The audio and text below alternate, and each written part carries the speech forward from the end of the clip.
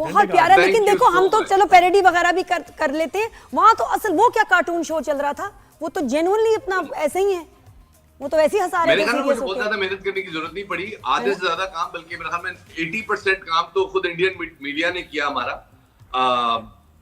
जिस तरह की खबरें वो दे रहे थे, कभी कराची की बंदरगाह पे कब्जा हो रहा था, लाहौर की बंदरगाह पे कब्जा हो गया था, लाहौर में बंदर नहीं बंदरगाह कहां से आई। उसके बाद पिंडी के अंदर जो है वो मिसाइल और रॉकेट फायर हो गए थे।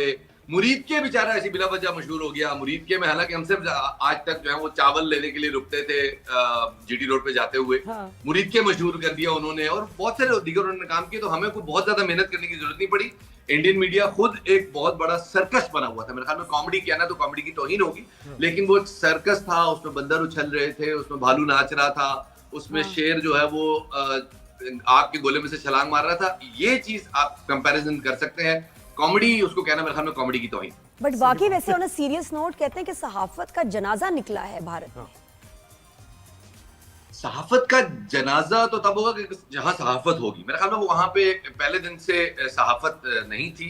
इस थ्रू आउट इस कॉन्फ्लिक्ट में, मैं पहले दिन से इस कॉन्फ्लिक्ट में उनका मीडिया देख रहा था। उनका मीडिया में सिर्फ सेंसेशनलिज्म की बात थी, गोदी मीडिया की बात थी, और गोदी से भी ज्यादा फिर वो जो चुन्नू मुन्नू की लाड़ियां थी अपनी आवाम के साथ, उसका एक बहुत बड़ा रोमांस था फेक न्यूज के साथ, जिसकी वजह से मेरे ख्याल में उनकी आवाम अभी भी एक डिल्यूजन में है। उनको लगता है वो ये जंग जीत गए हैं, उनको लगता है कि उनका एक भी तेजा उड़ नहीं पाया, उनका एक भी रफाल पाकिस्तान की सरहद के नजदीक नहीं आ पाया।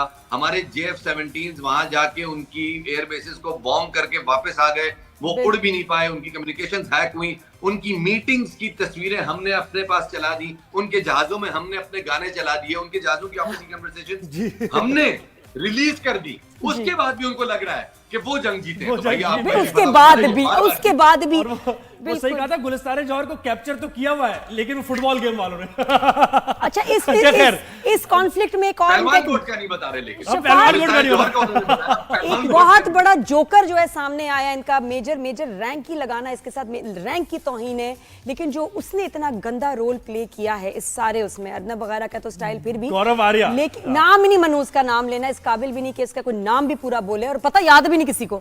बस तो वो उसका जो रोल था बहुत ही इविल एंड शॉकिंग था कि मतलब टीआरपीज लेने के लिए कितना गिरा है। लेकिन शफात देखें, मीडिया में हम सभी हैं, और इतना गुस्सा भी चढ़ता था, हंसी भी आती थी, लेकिन इतने हेट से उसने इतनी ढिठाई से झूठ बोला है। शफात, उसको देख के तुम्हें क्या तुम्हारे होते थे? और ये भी कि हम सब ने करंट अफेयर्स किया, आपने भी किया करंट अफेयर्स और करते भी रहते हैं, और फिर ये कितनी बड़ा डेंट है ये आपकी क्रेडिबिलिटी अगर खत्म हो जाए। और ये जब तुम देखते थे, तुम्हारे क्या थे सेंटिमेंट्स उस वक्त, क्या सोचते थे?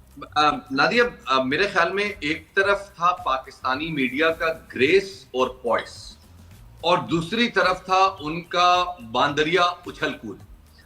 मेरे ख्याल में गौरव आर्या नहीं रहे, वो गोबर खारिया हो गए उसी वक्त में, जिस वक्त में उन्होंने तालियां बजा बजा के कराची बंदरगाह पे ब्रह्मोस मारो, इसके ऊपर 15-20 खत्म कर दो, ये फूंक दो। उनकी इंस्पिरेशन बिन्यामिन नेतन्याहू से इस कदर शदीद हो गई है। और ये जो हिंदुत्व मीडिया है उनका, हिंदू मीडिया नहीं, हमारी हिंदू से कोई लड़ाई नहीं, हिंदू हमारे भाई, हिंदू हमारे दोस्त, हमारे मुल्क में रहते हैं, हमारा साथ दे रहे थे वो सब। लेकिन ये जो हिंदुत्व माइंडसेट जिस तरह से बिन्यामिन नेतन्याहू की गोद में जाके बैठ गया है, और उसी की आइडियोलॉजी को गजा के बच्चों की तस्वीरें दिखा के पाकिस्तान को थ्रेट करना कि हम तुम्हारा ये अंजाम कर देंगे।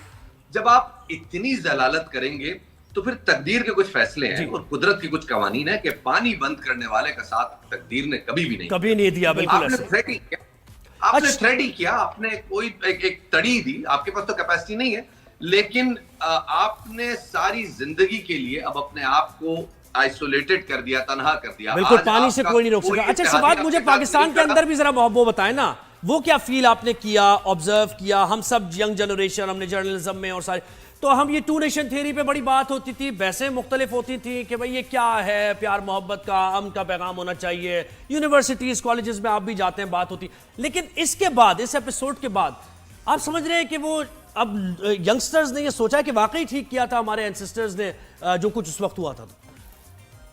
मेरे ख्याल में लोगों को आज भी जो तहरीक पाकिस्तान है वो मुकम्मल तौर पे नहीं पढ़ाई जाती, और उसमें हम लोगों की बहुत सारी इनसिक्योरिटीज हैं। एक दफा इनसिक्योरिटीज दूर करके हम अगर खुले दिल से पढ़ाएं तो लोगों को बहुत अच्छी तरह आइडिया हो जाएगा कि जिन्ना चाहते क्या थे और जिन्ना किस सोच के साथ लड़ रहे थे। वो एक सदी आगे देख रहे थे सब कुछ को, और वो हुआ।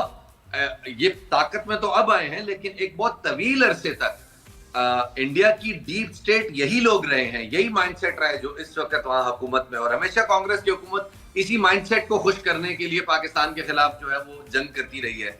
ये बात दुरुस्त है, लेकिन हम इस सारी चीज को देखकर सिर्फ हंसते रहे। पाकिस्तानी कौम हंसती रही है, हमारे सहाफी हंसते रहे, हमारे मिलिट्री स्पोक्समैन हंसते रहे, हम अपनी ISPR की प्रेस कॉन्फ्रेंसेस में सिर्फ ठट्ठा लगाते रहे हैं इनकी दीवानगी पे, इनकी हैजानियत पे, इनके पागलपन पे। और फिर भी कुछ शफात, कुछ ऐसे आइकॉनिक जुमले, कुछ आइकॉनिक मोमेंट्स हैं इनके जो शोज चल रहे थे मीडिया के। एक में जो अर्नब के शो पे माइक चलता रहा, बंद नहीं हुआ, तो फिर हमारे जो लोगों ने वहां बोला है, मैं तो उस स्टेटमेंट पे भी इतनी मुझे खुशी हुई कि वो कि जी बरखा दत्त राफेल से ज्यादा जो तेजी से नीचे गिरा है वो बरखा दत्त की क्रेडिबिलिटी है।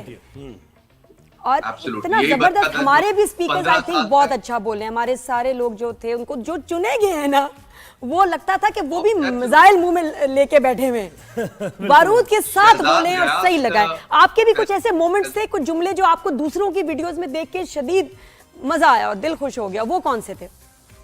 मुझे सबसे ज्यादा खुशी इस बात की थी कि मैं इधर ट्वीट डाल रहा था, इधर मैं वीडियो डाल रहा था, क्योंकि जैसे ही कॉन्फ्लिक्ट शुरू हुआ मैंने उस वक्त नरेंद्र मोदी की एक वीडियो बना के डाली थी, जिसमें मेरा कहने का मकसद ये था कि हमने ऑपरेशन सिंदूर किया, लेकिन वहां आगे वलीमे की तैयारी। मैं देखा था। जब जिस तरह से उस वीडियो के ऊपर इंडियन ट्विटर आर्टिस्ट छलांगे मार रहे थे और तब रहे थे, मुझे बहुत मजा आ रहा था। पाकिस्तान ने बिल्कुल, मेरे तो अभी तक कमेंट्स चल रहे हैं भाई, अजीब बातें हो रही हैं। तो अच्छा, और दूसरों का भी बताएं। शबाज से ये पूछते हैं ना, ये जो अभी हुई है पेशरफ्त हुई है इस जंग के सूरत-ए-हाल के बाद, डोनाल्ड ट्रंप पलट से गए, पलटी सी खा ली है उन्होंने। ये अभी तुम्हारी ना ट्रंप की स्पीच बनती है वैसे, समझ नहीं आ रहा, ट्रंप की स्पीच बताएं भाई, है ना शफात, अभी बनती है। शट अप कॉल दे, no more Apple in India, no more. Nadia, please don't do this. You're so awful doing this. I can do it better. I can do it far better than you. And I'm going to tell you something. All my friends in Saudi, in Qatar, in UAE, they're with me. They like me. They love me.